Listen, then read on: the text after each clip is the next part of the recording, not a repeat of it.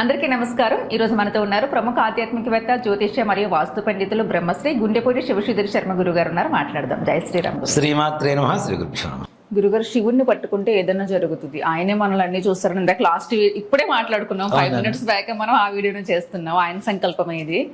ఆయన పట్టుకోవాలి, ఆయన అనుగ్రహం మన మీద కలగాలి, ఆయనకి ఇంకా దగ్గర కావాలి అంటే ఎలా ఆరాధించాలి ఆయన్ని? తప్పనిసరిగా నాన్న, శివుణ్ణి ఏ విధంగా ఆరాధించినా ఆయన మనల్ని దగ్గర తీసుకుంటాడు. అంత గొప్ప మనస్సు బోళాశంకరుడు ఆయన. ఆయనకి మనం ఎంత ఖర్చు పెట్టి చేసామనేది పరమేశ్వరుడు ఎక్కడ చూడు నాన్న. నిజంగా చెప్పాలంటే ఎంత భక్తితో చేసామనేటువంటిదే పరమేశ్వరుడు కావాల్సింది.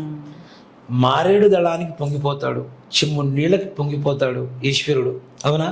హరహర మహాదేవ అని మనస్ఫూర్తిగా ఇచ్చేస్తే నిజంగా చూడండి, మనం రామనామం పలికేటప్పుడు ఎంత గర్వంగా ఉంటామో, హరహర మహాదేవ అనేటప్పుడు కూడా మన శరీరంలో నాడుల కదలిక కూడా ఒకలాగా ఉంటుంది. అవును, నిజంగా ఒక వైబ్రేషన్ ఉంటుంది. అవును, గట్టిగా చెప్పేటప్పుడు హర నమః పార్వతీపతయే హర హర మహాదేవ అన్నప్పుడు ఒక తెలియని వైబ్రేషన్ వచ్చేస్తుంది బాడీలో. మనం హర నమః పార్వతి అని మొదలుపెట్టేసరికి మిగిలిన వాళ్ళందరూ ఆటోమేటిక్ కలిసిపోతారు, మనతో పాటు గొంతు కలిపేస్తారు. అంత గొప్పవాడు పరమేశ్వరుడు నాన్న. ఇక్కడ ఈశ్వర శబ్దం అనేటువంటిది చాలా మందికి తెలియదంటే, ఒక శివుడు శైవ విధానం దీంట్లోకి వెళ్తారు. ఈశ్వరుడు అంటే సర్వాంతర్యామి, అన్నిటి నిండా నిండి ఉన్నటువంటి వాడు, అన్నీ తనే అయినటువంటి వాడే ఈశ్వరుడు అని అర్థం సంస్కృత పదానికి. అంతేకాని ఈశ్వరుడు అంటే ఒక శివుడని, ఒక శైవ తత్వం అని, శైవులకే సంబంధించినటువంటి దేవుడని, ఇట్లా చాలా మంది విడదీసి పరిపాలించే వాళ్ళు చాలా మంది ఉంటారు. బ్రిటిష్ పరిపాలనలాగా విడదీ పరిపాలించి అంటుంటారు కదా. దేవుళ్ళని వైష్ణవం, శైవం, శాక్తేయం ఈ మధ్య కాలంలో మరీ ఎక్కువైపోయినాయి. విధానాలు మార్పు ఉండొచ్చేమో. మొత్తం ఒక శ్లోకం ఉంటుంది మాకు సంధ్యావందనంలో, ఆకాశాత్ పతితంతోయం యథా గచ్చతి సాగరం సర్వదేవ నమస్కారః కేశవం ప్రతిగచ్చతి అని ఒక శ్లోకం ఉంటుంది. ఆకాశాత్ పతితంతోయం, ఆకాశం నుంచి వచ్చేటువంటి ప్రతి చినుకు, యథా గచ్చతి సాగరం, సాగరంలో ఎలా అయితే కలుస్తుందో, సర్వదేవ నమస్కారః, నువ్వు ఎవరికి నమస్కారం చేసినా పరమేశ్వరుడికి కేశవుడికి చెందుతుంది అని అర్థం. ఎవరికి నమస్కారం చేసినా వాళ్ళకి అందుతుంది అంటారు. అంటే వీళ్ళందరూ అంటే ఈ దేవత స్వరూపానే మనకి. కానీ ఏకైక శక్తి ఏదైతే ఉంటుందో అదే శివకేశవుల భేదం లేనటువంటి ఈశ్వర శక్తి. అందుకనే పరమేశ్వరి అంటాం, పరమేశ్వరుడు అంటాం, వెంకటేశ్వరుడు అంటాం, శనీశ్వరుడు అంటుంటాం, షణ్ముఖేశ్వరుడు అంటాం, విఘ్నేశ్వరుడు అంటాం, కపీశ్వరుడు అంటాం. ఎన్ని రకాల ఈశ్వర శబ్దాలు పలికినా ఏం చేసినా ఈశ్వర. ఇప్పుడు గణపతి నాన్న, గణపతి అంటే సరిపోతుంది. గణేశ్వరుడు, విఘ్నేశ్వరుడు ఎందుకంటాం? ఈశ్వర శబ్దం అక్కడ ఆ పదం ఏదైతే ఉందో దానికి ఉండేటువంటి తత్వమే పరమేశ్వరుడి తత్వము. అంటే ప్రపంచమంతా కూడా తానే నుండి ఉన్నటువంటి తత్వమే పరమేశ్వర తత్వం, అదే ఈశ్వర తత్వం, అదే శివుడి తత్వం, అదే విష్ణుమూర్తి తత్వం. అందుగలడు ఇందులో సందేహం వరదు చక్రి సర్వోపగతుండు ఎందెందు వెతికిన అన్నందేగలడు అని చెప్పి ఒక ఇది ఉంటుంది కదా, మన శ్లోకం ఉంటుంది కదా. అక్కడున్నాడు, ఇక్కడున్నాడు, దీంట్లో ఉన్నాడు, దాంట్లో ఉన్నాడు అని వెతకాల్సిన అవసరం లేదు. దేంట్లో వెతికినా పరమేశ్వరుడు అన్ని చోట్ల కనపడతాడు. నిజంగా చెప్పాలి అంటే మనం పరమానంద శిష్యుల కథ అనే ఒక ఇది ఉంటుంది నాన్న. దాంట్లో ఒక కథ ఉంటుంది, ఒక రాజు. అలాగే రావణాసురుడి కథలో కూడా ఇది నేను విన్నాను. రావణాసురుడు సంధ్యా సమయం అవుతుంది, సంధ్యా సమయం అంటే తెల్లవారిపోతుంది, సంధ్యా సమయం కూడా తెల్లవారిపోతుంది. తెల్లవారిన తర్వాత ఈశ్వర ఆరాధన చేయకుండా ఆయన ముట్టడు రావణాసురుడు కదా. ఈశ్వరుడికి అభిషేకం చేయాలి. ఎక్కడ చూసినా ఎక్కడ శివలింగం ఉండదు. ఆయన ఎక్కడ ఉంటాడు అంటే ఒక వేశ్యకు సంబంధించినటువంటి గృహంలో ఉంటాడు ఆయన. రావణాసురుడు వేశ్య గృహంలో ఉంటాడు. అక్కడ ఆడవాళ్ళు ఈ భోగలాల తప్పితే పరమేశ్వరుడు ఎక్కడ కనపడ్డా ఆయనకి. ఎక్కడ ఉన్నాడు, ఎక్కడ అభిషేకం చేయాలి, ఎక్కడ అభిషేకం చేయాలంటే నిజంగా అంటే వినడానికి కొంచెం జిగుప్సుగా ఉంటుందేమో, కానీ నిజంగా అందులో కూడాను పరమేశ్వరుడు చేసినటువంటి రావణాసురుడి భక్తి తత్పరతను మెచ్చుకోవాలి, చూడాలి కదా. చూడాలి. ఒక స్త్రీ పడుకొని ఉంటే ఆవిడ స్థనం మీద శివుడు అనుకొని శివుడికి అభిషేకం చేస్తాడు ఆయన. అసలు ఎంత గొప్ప తత్వం ఉండాలి చెప్పండి అన్న. ఆ పరమేశ్వరుడు అంటే ఒక శరీరంలో అప్పుడు అనిపిస్తుంది ఎవరికైనా పరమేశ్వరుడు అన్నిటయందు ఉన్నాడు. ఆయన ఇచ్చిందే కదా శరీరం ఇదంతా కదా. అందుకనే మన ఎంత గొప్పగా చూడండి. అక్కడ రావణాసురుడు ఇట్లాంటివన్నీ అనుభవించాడు కాబట్టి కొన్ని శ్లోకాలు కానీ ఇప్పుడు మహన్యాసపూర్వక ఏకాదశి వృద్ధం చెప్పి అభిషేకం చేస్తుంటాను. మహన్యాసం మొత్తం ఆయన పెట్టిన భిక్షే, రావణోక్త మహన్యాసం అని మనకి. అట్లానే శివతాండవ స్తోత్రం, ఇవన్నీ కూడా ఆయన ఇచ్చినటువంటి వరాలే. మనకు ఒక మాట చెప్పాలంటే ఆయన దేహో దేవాలయ ప్రోక్తో జీవో దేవ సనాతన తచ్ఛేద అజ్ఞాన నిర్మాల్యం సో అహంభావేన పూజేత అనేటువంటి శ్లోకం కూడా ఆయనే రాసింది. దేహమే దేవాలయం, జీవుడే సనాతనమైనటువంటి దేవుడు. తత్ ఛేద జ్ఞాన నిర్మాల్యం, దేవుడి దగ్గర నేను పెట్టిన పూలు ఇవాళ తీసేస్తే నిర్మాల్యం అని ఎట్లా అంటామో, మన మనసులో ఉండేటువంటి అజ్ఞానం అనేటువంటి నిర్మాల్యాన్ని తీసేస్తే సో అహంభావేన పూజేత, నీకు నువ్వే పూజ చేసుకో అంటాడు. నీకు నువ్వే పూజ చేసుకో. రావణాసురుడు మహన్యాసంలో కూడాను మనకి అంగన్యాసకరన్యాసాలని చెప్పి ఇట్లా అంటున్నాను. అంగుష్టాభ్యానమ, కనిష్ఠికాభ్యానమ, తర్జనేభ్యానమ, అనాంగాభ్యానమ అని చెప్పి, కనిష్ఠికాభ్యానమ అని చెప్పి ఇవన్నీ బంధనం చేసి మన మనస్సును బంధనం చేసి మనం జపం చేస్తాం. మామూలుగా జపం చేస్తే మహన్యాసం అంటే ఏంటి? మహా ప్లస్ అంగన్యాసం. శరీరంలో ఉన్న ప్రతి అవయవాన్ని బంధించి, ప్రతి అవయవంలో శివుణ్ణి బంధించి మనమే శివుడే, శివుడికి అభిషేకం చేయడమే మహన్యాసం యొక్క పరమార్థం. అంత గొప్పవాడు పరమేశ్వరుడు. అంటే రావణాసురుడు పలికినా, రాక్షసుడు పిలిచినా పలికాడు, మానవుడు పిలిచినా పలుకుతాడు. పరమేశ్వరుడు అంటే దేవతలు పిలిచినా పలుకుతాడు. ఆయన ఎంత బోళాశంకరుడు కాకపోతే గజాసురుడి గర్భంలో రావణాసురుడికి వరం ఇచ్చి అందరికి అసురుడికి వరాన్నిచ్చిందానే, అది కూడా లోక కళ్యాణం కోసమే కదా. ఆయన ఇచ్చిన వరాలు కూడా లోక కళ్యాణం కోసమే ఇవన్నీ కూడా. సో ఎవరు అడిగినా లేదు అనకుండా ఆది భిక్షువు వాడు ఆయనే ఫస్ట్ మొట్టమొదటిగా. ఎవరు? అన్నపూర్ణాదేవి దగ్గర అడిగింది ఎవరు? మొట్టమొదటిగా అన్నం అడిగింది ఆయనే. కానీ అడిగిన ఏ ఒక్కరికి లేదనకుండా దానం చేసేటువంటి, అంటే అనుగ్రహ ప్రసాదాన్ని వసిగేటువంటి వాడు కూడా పరమేశ్వరుడే. అలాంటి పరమేశ్వరుడు అనుగ్రహం కలగడానికి నిజంగా చెప్పాలి అంటే ప్రతి కథ కూడా మన స్కాంద పురాణంలోనే చెప్పబడుతుంది నాన్న. స్కాంద పురాణే రేవాఖండము అనేటువంటి ఖండంలో స్కాంద పురాణంలో చెప్పబడుతుంటుంది. ఇది కూడాను ఏకదా నైమిషారణ్యే, ఏ కథ అయినా సరే నైమిషారణ్యంలోనే ప్రారంభమవుతుంది. ఏకదా అంటే ఒకానొకప్పుడు అని అర్థం. కానీ నేనేం చెప్తానంటే ఏ కథ అయినా నైమిషారణ్యంలోనే. నైమిషారణ్యంలో సౌనకాది మహాములందరికీ కూడా సూతుడు చెప్పేటువంటి కథలే ఈ వ్రత కథలన్నీ కూడా. మనం చేసేటువంటి వ్రతాలు ఇవన్నీ కూడాను నైమిషారణ్యంలో సౌనకాది మహామునులందరికీ సూత మహాముని అనేటువంటి మహాముని చెప్తూ ఉంటారు. వాళ్ళకి ఒక్కొక్క రకమైనటువంటి సంశయం ఏర్పడుతూ ఉంటుంది. ఈ దేవుడిని ఎలా పూజ చేయాలి, ఈ అనుగ్రహం కలగాలంటే ఏ దేవుడిని పూజ చేయాలి, ఎప్పుడు పూజ చేయాలి, ఎలా ఉండాలి, దాని పూర్వ వృత్తాంతం అంతా కూడా మాకు తెలుపవలసింది అని చెప్పి ఈ సౌనకాది మహామునందరూ కూడా అడుగుతూ ఉంటే సూత మహాముని ఆశీనుడే అందరికీ ఇవన్నీ చెప్తూ ఉంటాడు. అట్లాంటి వాటిల్లోనే పరమేశ్వరుడు అనుగ్రహం కావాలి. ఈ సూత్రులు చెప్పేటువంటి కథలన్నీ కూడాను దేవతల స్వయంగా జరిగినటువంటి కథలు. మరలా ఎలాగా?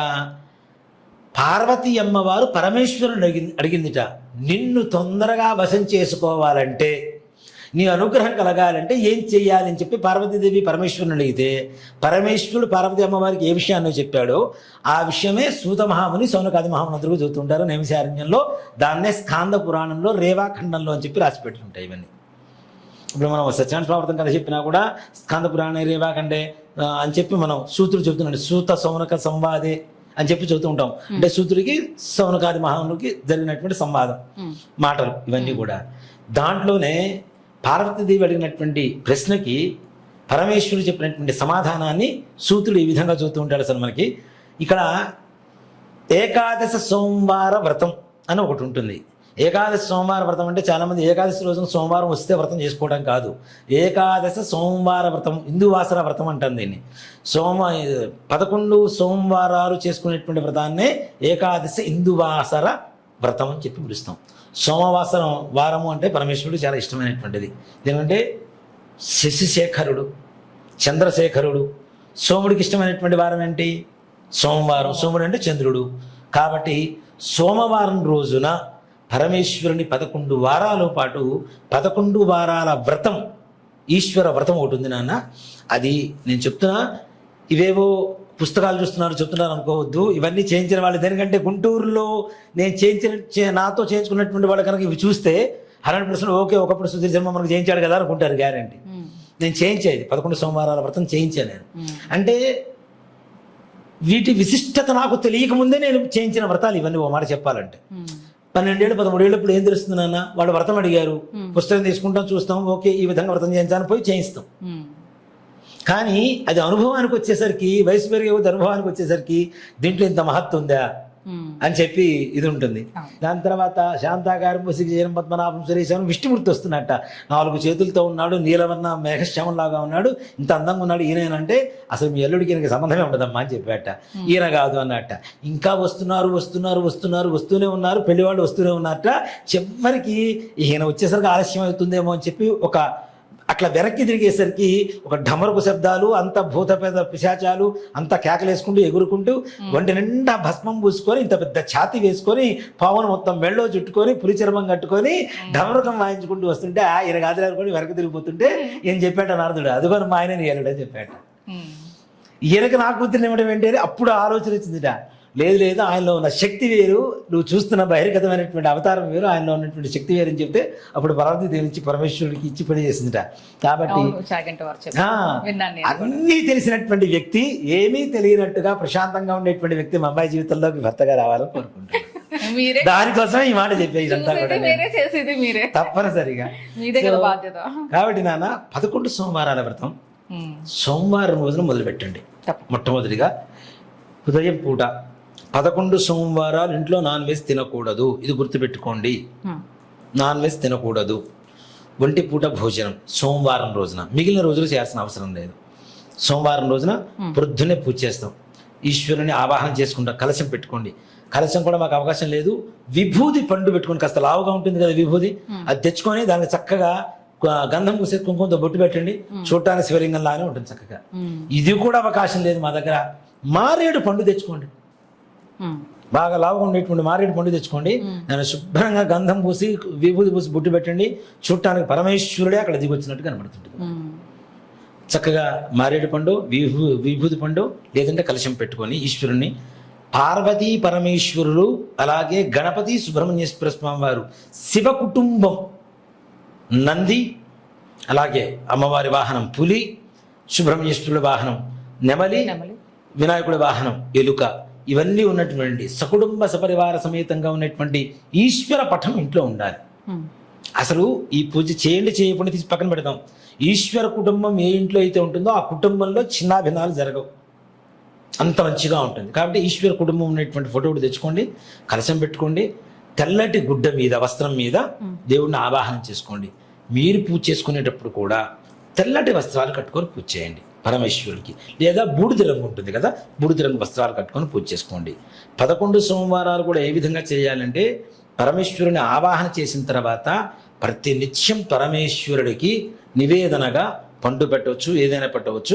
పానకం వడపప్పు తప్పనిసరిగా పెట్టండి. సకుటుంబ సపరివార సమేతంగా ఉన్నారు కదా, అందరికి కావాల్సినంతగా మనం పెట్టలేం కాబట్టి పానకం వడపప్పు పూజ చేసుకొని, స్వామివారికి అష్టోత్తరం పూజ చేసుకొని, అమ్మవారి అష్టోత్తరం పూజ చేసుకొని, స్వామివారి 11 సోమవారాల వ్రత కథలు ఉంటాయి.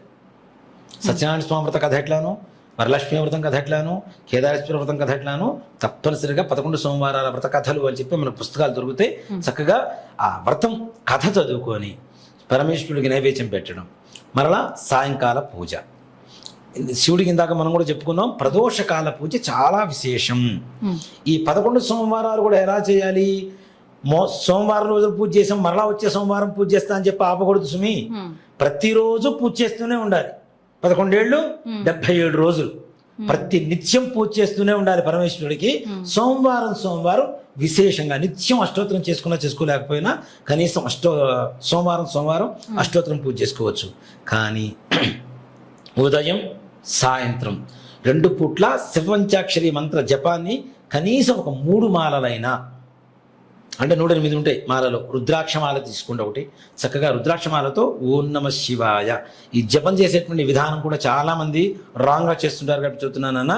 నేను ఒక తీసుకుని మరి చూపిస్తాను మీకు. దీన్ని కొలికి పూస అంటారు, ఈ మధ్యలో ఉండేదాన్ని కొలికి పూస అంటారు.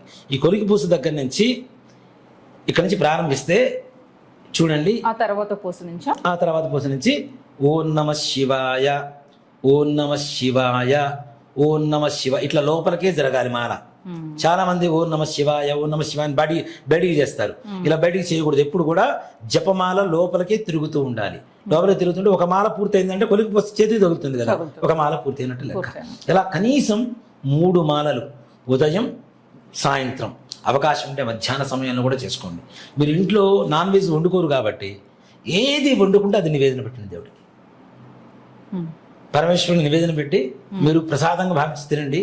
11 సోమవారాలు పూర్తి అయ్యేసరికి నాన్న మీకు ఉండేటువంటి మనస్సులో ఉండే ప్రతి సంకల్పం, ప్రతి కార్యం దిగ్విజయంగా పూర్తి చేసుకుంటారు. ఆ వ్రత కథలు చెప్పాలంటే చాలా టైం తీసుకుంటుంది కాబట్టి మనం కథ చెప్పడం లేదు, కానీ ఆ కథలు చదువుతుంటేనే ఒక రకమైనటువంటి ఒక ఆనందం కలుగుతూ ఉంటుంది మనకి.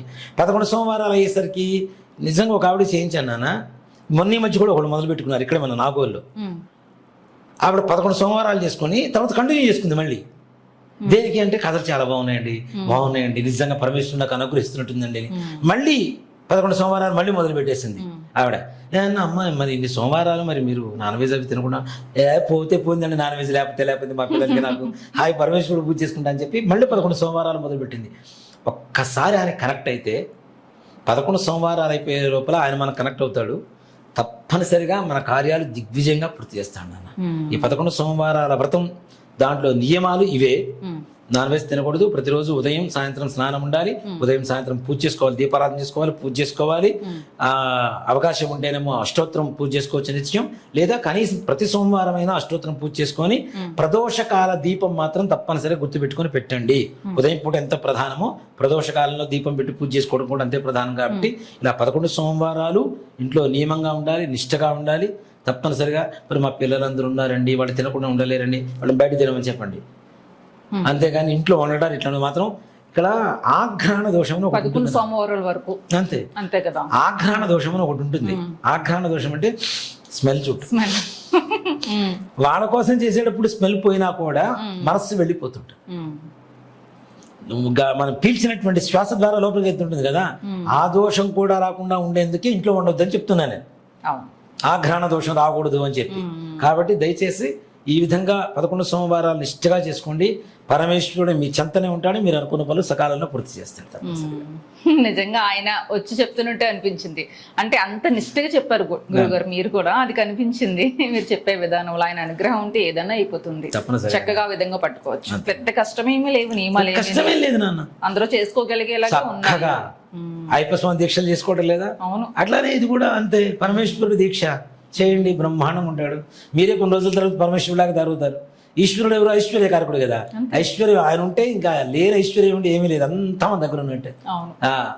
ఏదైనా ఇవ్వాలన్నా ఆయన ఇస్తేనే మనం తీసుకోవాలి, అంతే. తీసుకోవాలి. ఓకే గురుగారు, జై శ్రీ. జై శ్రీరామ్. శ్రీమాత్రే నమః. శ్రీ గురుభ్యో నమః.